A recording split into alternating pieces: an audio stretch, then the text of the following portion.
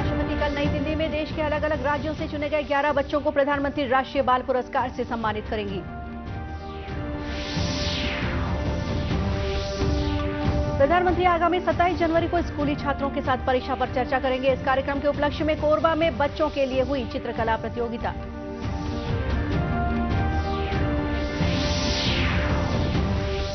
छत्तीसगढ़ राजभाषा आयोग ने जगदलपुर में राजभाषा सम्मेलन का किया आयोजन। कार्यक्रम में साहित्यकारों का हुआ सम्मान।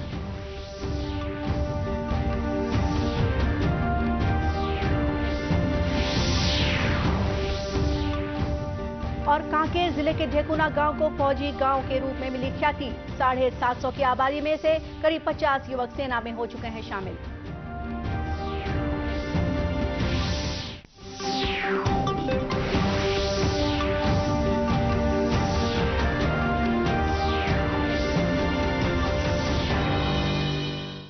नमस्कार, आप देख रहे हैं दूरदर्शन समाचार। मैं हूं गोपा सान्याल और अब समाचार विस्तार से। राष्ट्रपति द्रौपदी मुर्मू कल नई दिल्ली में आयोजित एक समारोह में 11 बच्चों को प्रधानमंत्री राष्ट्रीय बाल पुरस्कार से सम्मानित करेंगी। गौरतलब है कि प्रधानमंत्री नरेंद्र मोदी 24 जनवरी को राष्ट्रीय बाल पुरस्कार के विजेता बच्चों के साथ संवाद करेंगे। इस कार्यक्रम में केंद्रीय महिला और बाल विकास मंत्री स्मृति ईरानी भी उपस्थित रहेंगी। यह पुरस्कार 5 से 18 वर्ष की आयु के बच्चों को कला, संस्कृति, वीरता, नवाचार, शिक्षा, समाज सेवा और खेल जैसे क्षेत्रों में उनके उत्कृष्ट प्रदर्शन के लिए दिया जाता है। इस पुरस्कार के प्रत्येक विजेता को 1 लाख रुपए की नगद राशि के साथ ही पदक और प्रमाण पत्र दिया जाएगा। प्रधानमंत्री नरेंद्र मोदी आगामी 27 जनवरी को स्कूली छात्रों के साथ परीक्षा पर चर्चा करेंगे। प्रधानमंत्री के इस लोकप्रिय कार्यक्रम को देखते हुए कोरबा में चित्रकला प्रतियोगिता का आयोजन किया गया। भारतीय जनता पार्टी की कोरबा इकाई द्वारा आयोजित इस प्रतियोगिता में जिले के 40 स्कूलों के 200 से अधिक छात्रों ने भाग लिया। इस संबंध में कोरबा के जिला भाजपा अध्यक्ष डॉक्टर राजीव सिंह ने बताया कि प्रधानमंत्री परीक्षा से पहले स्कूली विद्यार्थियों से सीधे चर्चा करते हैं। इस कार्यक्रम के माध्यम से वे छात्रों को तनाव मुक्त होकर परीक्षा देने के लिए प्रोत्साहित भी करते हैं। 40 स्कूल से ज़्यादा बच्चे यहाँ पर 200 से ज़्यादा बच्चे यहाँ उपस्थित हुए हैं इस प्रतियोगिता में भाग लेने के लिए। और आज हम जो उनमें से सर्वश्रेष्ठ प्रथम, द्वितीय, तृतीय और जो पहले 10 हैं उसके बाद उन लोगों को यहाँ पे पुरस्कार वितरण करके बाकी जितने बच्चे आए हैं उन्हें प्रशस्ति पत्र दिया जाएगा। ये परीक्षा पे चर्चा का कार्यक्रम अगला जो है वो 27 तारीख को, जिस दिन आदरणीय मोदी जी परीक्षा पे चर्चा सभी बच्चों से करेंगे। परीक्षाएं बच्चों की आ रही हैं, सभी स्कूल में बच्चे बहुत ही ज़्यादा तनाव में आकर के परीक्षा देते हैं और जैसा कि हर साल हम देखते आए हैं कि आदरणीय मोदी जी बच्चों को ये परीक्षा तनाव मुक्त होकर के कैसे ये परीक्षा दिया जाए, अपने लक्ष्य की ओर कैसे अग्रसर हुआ जाए और इन लक्ष्य को कैसे प्राप्त किया जाए, वह तरीका बताते हुए अपना यह कार्यक्रम रखते हैं। इस चित्रकला प्रतियोगिता में विद्यार्थियों ने अपनी पेंटिंग में भी परीक्षा के तनाव से बचने के विषय को रंगों के माध्यम से प्रदर्शित किया। विद्यार्थियों ने बताया कि उन्हें चित्रकला के माध्यम से अपनी भावनाएं व्यक्त करने का अवसर भी मिला। तो मैंने अभी इसमें बनाया और मुझे 3rd प्राइज मिला। इसमें हमने बताया कि जो बच्चों के ऊपर पड़ता है स्ट्रेस, एग्ज़ाम से पहले एंजाइटी होती है उन लोगों को, उसको मैंने अपने ड्राइंग के ऊपर मतलब थोड़ा सा बताने की कोशिश की बस। गौरतलब है कि प्रधानमंत्री द्वारा हर वर्ष परीक्षा से ठीक पहले परीक्षा पे चर्चा कार्यक्रम के माध्यम से विद्यार्थियों के साथ संवाद किया जाता है। यह कार्यक्रम अब विद्यार्थियों के बीच काफी लोकप्रिय हो चुका है। इस वर्ष भी प्रधानमंत्री आगामी 27 जनवरी को दिल्ली के ताल कटोरा स्टेडियम में छात्र छात्राओं के साथ ही शिक्षकों से भी सीधा संवाद करेंगे। छत्तीसगढ़ राजभाषा आयोग द्वारा जगदलपुर में राजभाषा सम्मेलन का आयोजन किया गया। Bastar academy of art, dance and literature, बादल एकेडमी के सहयोग से आयोजित इस कार्यक्रम में विचार गोष्ठी के अलावा साहित्यकारों का सम्मान भी किया गया। इस कार्यक्रम में बस्तर संभाग के अनेक कवि और साहित्यकार शामिल हुए। कार्यक्रम में मुख्य अतिथि के रूप में संसदीय सचिव और क्षेत्रीय विधायक रेखचंद जैन शामिल हुए। वहीं कार्यक्रम की अध्यक्षता पद्मश्री से सम्मानित समाज सेवी धर्मपाल सैनी ने की। इस आयोजन में बस्तर के साहित्यकार नरेंद्र पाढ़ी, सुरेश विश्वकर्मा, जगन्नाथ बघेल और अवलेश कुमार को उनके योगदान के लिए सम्मानित किया गया। समारोह को संबोधित करते हुए छत्तीसगढ़ राजभाषा आयोग के सचिव अनिल भतपहरी ने कहा कि छत्तीसगढ़ के राजकाज में छत्तीसगढ़ी भाषा को अधिक से अधिक बढ़ावा देना है। छत्तीसगढ़ की राजभाषा छत्तीसगढ़ी है, वहीं बस्तर में छत्तीसगढ़ी के अलावा प्रमुख रूप से गोंडी, भतरी, हल्बी और दोरला बोली का उपयोग किया जाता है। इस अवसर पर माहेश्वरी नाग द्वारा छत्तीसगढ़ी लोक नृत्य का प्रदर्शन भी किया गया। आयोजन के संबंध में क्षेत्रीय विधायक रेखचंद जैन ने कहा कि राज्य सरकार ने छत्तीसगढ़ी भाषा को राजभाषा का दर्जा दे दिया है। बस्तर में छत्तीसगढ़ी भाषा अधिकांश लोग समझ लेते हैं, लेकिन बोल नहीं पाते। श्री जैन ने कहा कि राजकीय कार्यों और समारोहों में छत्तीसगढ़ी भाषा को अनिवार्य कर दिया जाना चाहिए। छत्तीसगढ़ राजभाषा आयोग का एक बहुत ही अच्छा कार्यक्रम आयोजन किया गया है। इसमें हमारे साहित्यकारों का सम्मान प्लस जो छत्तीसगढ़ी राजभाषा और स्थानीय बोलियां हैं, इनमें किस तरीके का समन्वय हो, इसमें चर्चा के लिए ये आयोजन है। और इस तरीके के आयोजन से निश्चित तौर पर बस्तर और छत्तीसगढ़ क्षेत्र के जो हमारे लोग हैं, एक दूसरे से आपसी समन्वय होगा। समारोह के दूसरे सत्र में विचार गोष्ठी का आयोजन किया गया, जिसमें साहित्यकारों द्वारा छत्तीसगढ़ी एवं स्थानीय बोली अंतर संबंध, संस्कृति की रक्षा हेतु छत्तीसगढ़ी भाषा में अध्ययन, छत्तीसगढ़ी साहित्य के दशा एवं दिशा तथा 8वीं अनुसूची एवं राजकाज में छत्तीसगढ़ी भाषा संबंधी विषयों पर वक्ताओं ने अपने विचार रखे। इसके बाद कार्यक्रम के अंतिम सत्र में कवि सम्मेलन का आयोजन किया गया, जिसमें बस्तर संभाग के विभिन्न जिलों से आए कवियों ने कविता पाठ किया।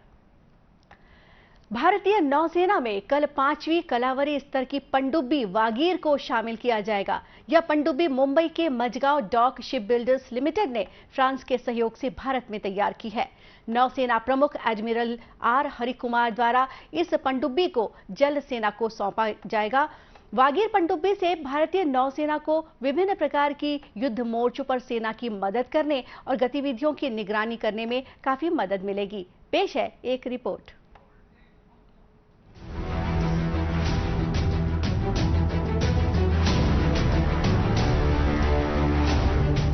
कलवारी श्रेणी की पनडुब्बी आईएनएस वागीर समुद्र में भारत के हितों की रक्षा के लिए भारतीय नौसेना की क्षमताओं को बढ़ाने के लिए तैयार है। ये पनडुब्बी एंटी सरफेस और एंटी सबमरीन वॉरफेयर के अलावा खुफिया जानकारी इकट्ठा करने, माइन बिछाने और निगरानी मिशन जैसी क्षमताओं से लैस होगी। इसमें केंद्रीकृत प्रोपल्शन और मशीनरी नियंत्रण के लिए इंटीग्रेटेड प्लेटफॉर्म मैनेजमेंट सिस्टम लगाया गया है। आईएनएस वागीर में विश्व स्तरीय सेंसर भी लगाए गए हैं। वागीर सबमरीन जो है ये कलवरी क्लास की 5वीं सबमरीन है और कलवरी क्लास के सारे सबमरीन जो हैं वो डिफरेंट रोल्स, जो वो मॉनिटरिंग हो, प्रेजेंस हो या सर्वेलेंस हो या कैरिंग आउट अटैक हो, हर एक रोल के लिए रेडी हैं। तो जिस रोल में हमें डिप्लॉय किया जाएगा उस रोल के लिए हम इक्विप करके जाएंगे। वागीर को 12 नवंबर 2020 को लॉन्च किया गया था। भारत में अब तक बनाई गई सब पनडुब्बियों में सबसे कम समय वागीर को बनाने में लगा है। फरवरी 2022 में शुरू हुए वागीर के समुद्री ट्रायल के बाद से वागीर की व्यापक जांच की गई। सेना में शामिल करने से पहले वागीर को कड़े निरीक्षण और समुद्री ट्रायल से गुजारा गया है। This submarine is designed to carry out anti-submarine warfare, anti-ship warfare and mine laying operation and intelligence gathering operations. In addition to that, this submarine is very stealthy and can go up to very deep and find out information about the enemy. ये बहुत ही advance submarine है। Basically अब तक जो submarine हमारे पास आई है ये 5th submarine है और इसमें जो हमारे मिसाइल्स एंड टॉर्पेडोज हम यूज करते हैं बहुत ही एडवांस है और डेफिनेटली हम आगे आने वाले टाइम पे जो भी वॉरफेयर सिनेरियो रहेगा उसके लिए हम बहुत अच्छे तरीके से काम कर पाएंगे। आईएनएस वागीर पनडुब्बी की 2 मुख्य विशेषताएं गोपनीयता और निडरता पर खरी उतरती हैं। इससे पहले वागीर नाम से ही एक पनडुब्बी को 1 नवंबर 1973 को भारतीय नौसेना में शामिल किया गया था। इस पनडुब्बी ने गश्त लगाने समेत कई ऑपरेशनल मिशन में हिस्सा लिया। करीब 3 दशक तक देश को सेवाएं देने के बाद इसे 7 जनवरी 2001 को सेवा मुक्त किया गया। कांकेर जिला मुख्यालय से 15 किलोमीटर की दूरी पर बसा ढेकुना 750 की आबादी वाला छोटा सा गांव है। लेकिन इस छोटे से गांव की खासियत यह है कि यहां 45 से ज्यादा युवक सेना और सुरक्षा बलों में शामिल हैं। ढेकुना गांव के युवा सेना के अलावा सीआरपीएफ, सीआईएसएफ, राज्य पुलिस और रेलवे पुलिस में भी अपनी सेवाएं दे रहे हैं। इन युवाओं के कारण ढेकुना गांव के रहवासी इन पर काफी गर्व करते हैं। गांव वालों का कहना है कि ढेकुना जैसे छोटे से गांव के अनेक युवा सेना में जाकर देश की सेवा कर रहे हैं। यह किसी भी अन्य शहर या गांव के लिए प्रेरणा की बात है। आसपास है, एक ही गांव के हैं पूरा युवा? हाँ, एक ही गांव के हैं। वो बोर्ड लगे हैं वहाँ जो मेला भाटा में, तो अभी कबड्डी वहीं होना है। ठीक, तो सब मिलजुल के करा था ना। महिला कति जन है? महिला 5 या 6 के आसपास। वो प्रेरणा स्रोत मिला और एक एक करके जो हमारे भाई लोग हैं वो फौज में और बीएसएफ में और पुलिस में और जितने भी ऐसे जो देश की रक्षा से सेवा से संबंधित हैं ऐसे जगह पर वो काम कर रहे हैं। जी, हमारे गांव से लगभग 42 से 44 लोग हैं जो डिफेंस में अपना सेवा दे रहे हैं, आर्मी में, पुलिस में, सीएफडीएफ में। और बहुत ही अच्छा हमारे गांव के लिए गर्व की बात है कि इतने भाई लोग हमारे देश को सेवा दे रहे हैं और हमें गर्व है हम गांव वालों को। इन ग्रामीणों का मानना है कि यहाँ के युवाओं ने केवल कांकेर जिले को ही नहीं बल्कि पूरे छत्तीसगढ़ को गौरवान्वित किया है। ग्रामीणों का यह भी कहना है कि इनसे प्रेरणा लेकर प्रदेश के अन्य स्थानों के युवक भी सेना में शामिल होने के लिए निश्चित रूप से उत्साहित होंगे। बिलासपुर जिले में खैरा और पौड़ी गांव के बीच मुख्य मार्ग पर एक कार अनियंत्रित होकर पेड़ से जा टकराई और उसमें आग लग गई। कार में आग लगने के कारण उसमें सवार 3 से 4 लोगों की मौत होने की आशंका जताई जा रही है। बिलासपुर पुलिस के अनुसार कार पूरी तरह से जल चुकी है, इसलिए जांच के बाद ही ये मालूम हो सकेगा कि उसमें कितने लोग सवार थे। बताया जा रहा है कि कार में लगी आग की लपटें इतनी तेज थी कि कार में बैठा कोई भी व्यक्ति बाहर नहीं निकल सका। पुलिस के अनुसार ये दुर्घटना कल रात 1 बजे के आसपास हुई। कार के अंदर से फिलहाल 3 लोगों के कंकाल बरामद हुए हैं। मरने वालों में 2 युवक और भिलाई की युवती शामिल बताई गई है। पुलिस द्वारा दुर्घटना की परिस्थितियों की जांच की जा रही है। खेलो इंडिया टूर्नामेंट में हिस्सा लेने के लिए छत्तीसगढ़ खो खो और वॉलीबॉल टीम के 15 खिलाड़ियों का चयन किया गया है, जिनका प्रशिक्षण शिविर इन दिनों भिलाई में आयोजित किया जा रहा है। भिलाई इस्पात संयंत्र के सहयोग से आयोजित इस प्रशिक्षण शिविर का शुभारंभ भिलाई इस्पात संयंत्र के कार्यपालक निदेशक एम गद्रे ने किया। 10 दिनों तक चलने वाले इस प्रशिक्षण शिविर में विभिन्न जिलों के खो खो और वॉलीबॉल के खिलाड़ी हिस्सा ले रहे हैं। ये खिलाड़ी जबलपुर में 31 जनवरी से 3 फरवरी तक आयोजित होने वाले खेलो इंडिया टूर्नामेंट में हिस्सा लेंगे। भिलाई इस्पात संयंत्र के कार्यपालक निदेशक एम गद्रे ने खिलाड़ियों को शुभकामनाएं देते हुए कहा कि संयंत्र प्रबंधन खेलों के विकास के लिए हर संभव सहयोग के लिए सतत प्रयासरत है। खेलों का उत्साहवर्धन के लिए जो है एक सकारात्मक भूमिका निभाई है और आज भी मैं देख रहा हूं यहाँ पे जितने बच्चे आए हुए हैं ये खेलो इंडिया के लिए क्वालिफाई कर चुके हैं और उन्होंने बहुत ही अच्छे उत्कृष्ट खेल का प्रदर्शन किया है। गांव-गांव से इस तरह से टैलेंट हमको ढूंढ के निकालना है ताकि जो है अपने देश का परचम लहरा सकें। राज्य स्तरीय इस शिविर का समापन 28 फरवरी को होगा। दर्शकों, दूरदर्शन केंद्र रायपुर से प्रसारित होने वाले प्रादेशिक समाचार को आप YouTube पर भी देख सकते हैं। हमारे YouTube channel Chhattisgarh DD news पर प्रादेशिक समाचार उपलब्ध रहेगा। YouTube चैनल का लिंक और QR कोड आप स्क्रीन पर देख सकते हैं। अपने एंड्रॉइड फोन से QR कोड स्कैन कर आप छत्तीसगढ़ डीडी न्यूज लिंक पर जा सकते हैं। इसके अलावा छत्तीसगढ़ डीडी न्यूज फेसबुक और ट्विटर पर भी उपलब्ध है। अंत में मुख्य समाचार एक बार फिर। राष्ट्रपति कल नई दिल्ली में देश के अलग अलग राज्यों से चुने गए 11 बच्चों को प्रधानमंत्री राष्ट्रीय बाल पुरस्कार से सम्मानित करेंगी।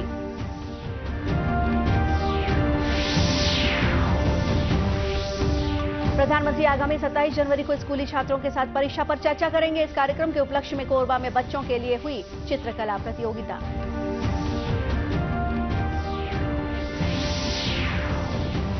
छत्तीसगढ़ राजभाषा आयोग ने जगदलपुर में राजभाषा सम्मेलन का किया आयोजन। कार्यक्रम में साहित्यकारों का हुआ सम्मान।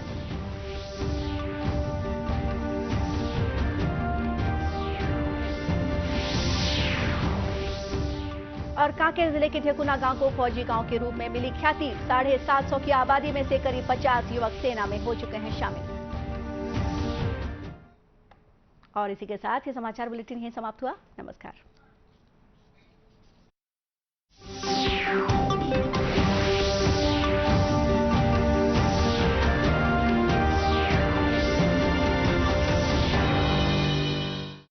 आजादी की जंग यूं ही नहीं लड़ी जाती।